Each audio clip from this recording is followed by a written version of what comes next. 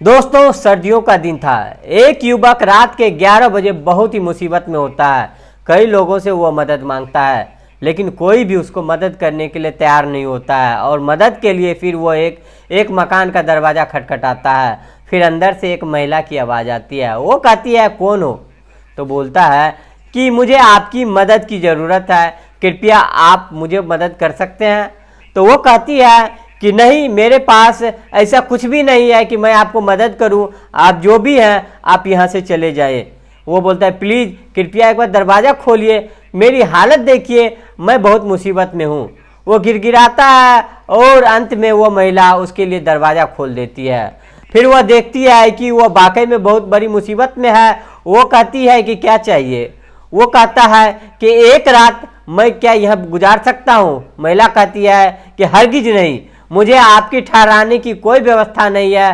तो वो कहता है कि मैं आपके दरवाजा के पास ही रुक सकता हूँ, यहीं पे मुझे रहने दीजिए। वो बोलता है, कोई बात नहीं, रह सकते हो। अब दोस्तों, वहाँ पे वो रुक जाता है, लेकिन सुबह होते होते जो कुछ भी होता है उसे सुनकर आप हैरान हो जाएंगे, रोमांचित हो जाएंगे। दोस्तों, एक बहुत शानदार कहानी है, ये जानते हैं पूरी कहानी वीडियो में। लेकिन वीडियो में आगे बढ़ने से पहले यही की रिक्वेस्ट, वीडियो को लाइक कर दीजिए, चैनल को सब्सक्राइब कर दीजिए ताकि मेरा हौसला बढ़ता रहे। दोस्तों, ये कहानी है झारखंड की ऊटी जिले की। आदिवासी जिला होता है, बहुत पिछड़ा इलाका होता है। एक युवक जिसका नाम होता है रतन, वो अपनी बहन के यहाँ गया होता है, क्योंकि उसकी बहन उसको मोटरसाइकिल देने के लिए कहा था। और वो बस पकड़ के अपनी बहन के घर जाता है और वहाँ पे वो अपनी बहन से मोटरसाइकिल राजदूत जो है उसको बाइक देती है। बोलता है कि तुम्हारे जीजा जी मुंबई गए हैं, 1 साल बाद ही आएंगे, तब तक यहाँ पे बाइक रखे रखे खराब हो जाएगा, तुम ही ले जाओ, चलाओ, और जब वो आ जाएंगे तो तुम दे जाना। अब दोस्तों, वो युवक खुशी खुशी वो बाइक को लेके चलता है, क्योंकि उसके हाथ में बाइक था, उसको ज़्यादा जल्दबाजी करने की ज़रूरत थी नहीं। उससे वहाँ से 40 किलोमीटर उसका घर दूर होता है, वहाँ से 1-1.5 घंटे में पहुँच ही जाऊँगा। वो रात के 8 बजे वहाँ से निकलता है, लेकिन 10 किलोमीटर जैसे ही जाता है वैसे ही उसकी बाइक पंक्चर हो जाती है। अब दोस्तों, थोड़ी दूर खींच के ले जाता है, फिर वहाँ पंक्चर बनवाता है, और फिर वहाँ पे पता चलता है कि उसका ट्यूब खराब हो गया है। फिर उसके पास जो भी पैसे थे सारा पैसा वो ट्यूब में लगा देता है। इससे पहले उसमें तेल भरवाया था, उसके पास कुछ भी नहीं बचता है। उसके बाद वो वहाँ से बाइक लेके चलता है, और अब वो सोचता है कि भगवान रास्ते में फिर कुछ ऐसा मुसीबत ना, परेशानी ना हो, क्योंकि उसके जेब में 1 रुपया भी नहीं था, और मैं किसी तरह अपने घर पहुँच जाऊँ। लेकिन दोस्तों, जिसका डर था उस लड़के के साथ वही होता है। उसकी बाइक आगे जाके और पंक्चर हो जाती है, क्योंकि दोस्तों बहुत दिन से वो पुराना बाइक खड़ा था, पुरानी हो चुकी थी। अब वो फिर पंक्चर हो जाता है, तो उसको समझ में नहीं आता है कि करे तो करे क्या करे। रात का 10 बज चुका था। अब वो लोगों से मदद मांगता है कि भैया आप मुझे एक साइकिल दे दीजिए, और ये मेरी बाइक यहीं पे खड़ी रहने दीजिए, मैं सुबह साइकिल दे जाऊँगा, बाइक ले जाऊँगा। फिर वो लोग सोचता है कि नहीं, साइकिल लेके अगर चला गया तो मैं बाइक के क्या करूँगा, क्योंकि उस ज़माने में बाइक को वगैरह उस ज़माने में किसी के पास नहीं होती थी। दोस्तों, ये सन 2001 की बातें है। अब उस युवक को कोई मदद नहीं मिलती है, तो फिलहाल वो आगे चलते चलते किसी तरीके से 2-4 लोगों से मदद मांगता है, लेकिन कोई भी उसको मदद करने की तैयार नहीं होता है। तो फिर वो दुकानें वगैरह सारा बंद हो जाता है, मार्केट बंद हो जाती है। अब वो सोचता है कि बस से चले जाऊँ, लेकिन उसके पास पैसे नहीं थे। फिर रात होते होते उसका बस बंद हो जाता है, कोई सवारी नहीं, कोई साधन नहीं। फिर वो पैदल चलते चलते 2-3 किलोमीटर आगे जाता है, तो सुनसान रास्ता आ जाता है। रात के 11 बज चुके थे। अब वो पूरी तरह से परेशान हो चुका था, थक गया था, कहीं कुछ सूझ नहीं रहा था, उसे कुछ भी समझ नहीं आ रहा था। दिसंबर का महीना था, कड़ाके की ठंड थी, हवाई चल रही थी। अब वो परेशान हो जाता है। फिर उसे बहुत दूर चलने के बाद एक मकान दिखाई देता है, एक कमरे का मकान होता है। वो फिर वहाँ देखता है, और उसके सामने जाके वो राजदूत बाइक थी वो खड़ी कर देती है वहाँ पे। और उसके बाद वो वहीं पे घर के सामने कुछ आग जल रहा था, वहीं पे वो बैठ जाता है। आग में थोड़ी सी गर्मी थी, वो सेकने लगता है, और जब थोड़ा बहुत उसे राहत लगती है, फिर वो दरवाजे की तरफ देखता है। सोचता है कि इसे खटखटाता हूँ, कोई अंदर होगा तो मैं मदद मांगूंगा।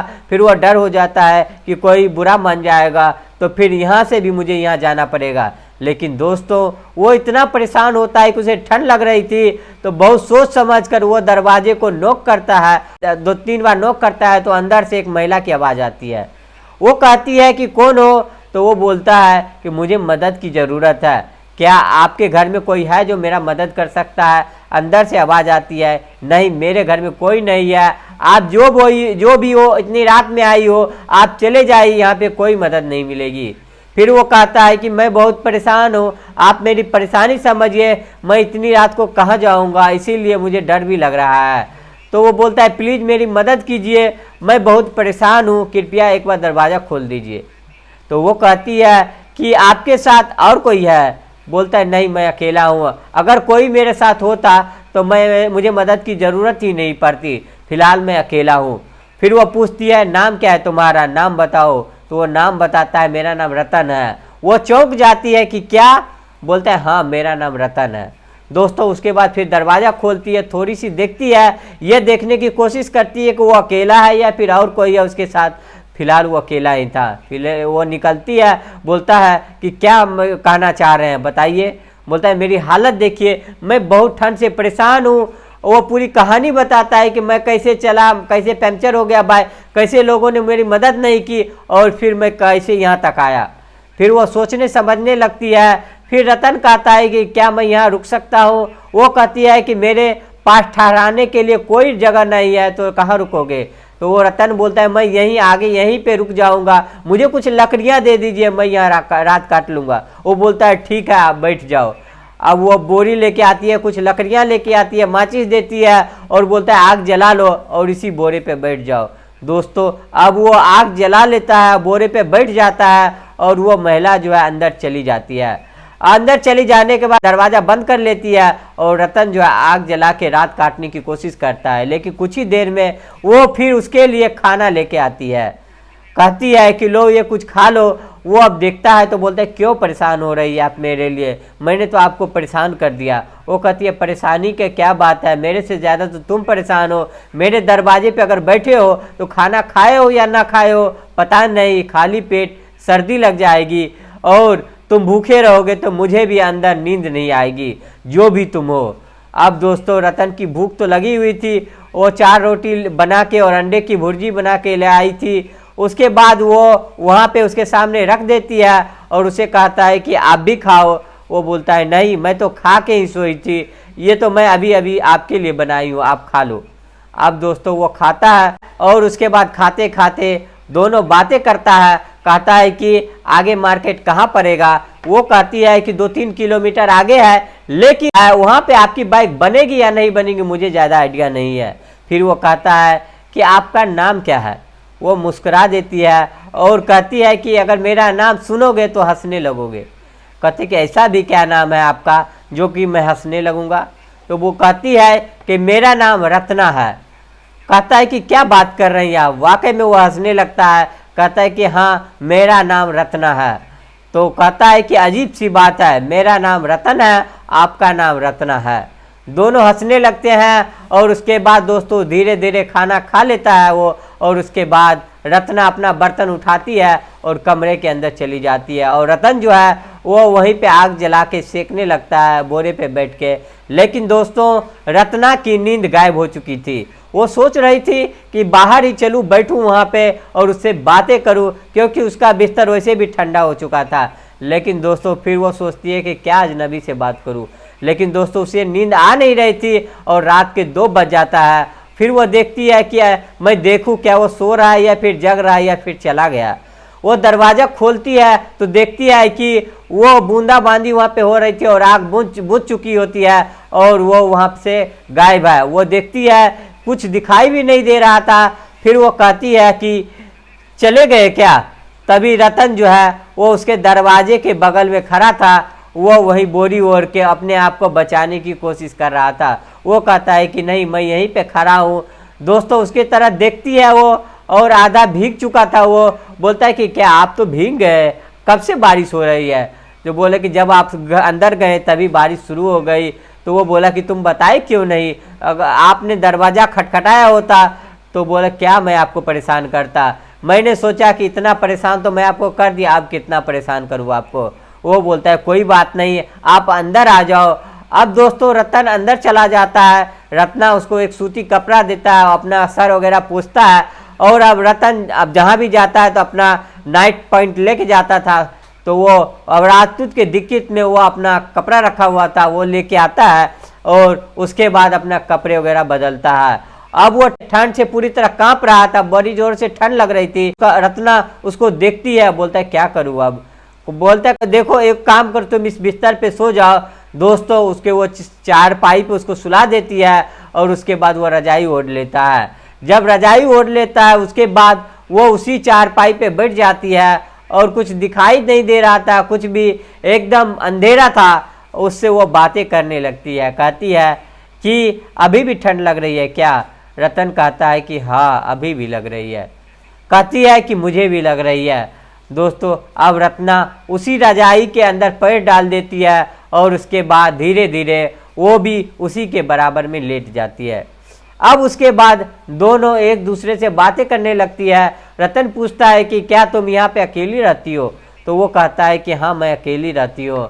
बोलता है क्यों, आपके पति कहाँ है। बोलती है कि मेरी पति ने तो दूसरी शादी कर ली और ये जो मेरा घर है ये मेरी माँ का घर है, मैं अपनी माँ के साथ रहती थी, माँ की भी मौत 1 साल पहले हो गई। फिर वो कहता है कि फिर आपका खर्चा पानी कैसे चलता है। तो वो कहता है कि मैंने मुर्गियाँ पाल रखी है, बकरियाँ पाल रखी है, उसी से अपना खर्चा पानी चलाती हूँ।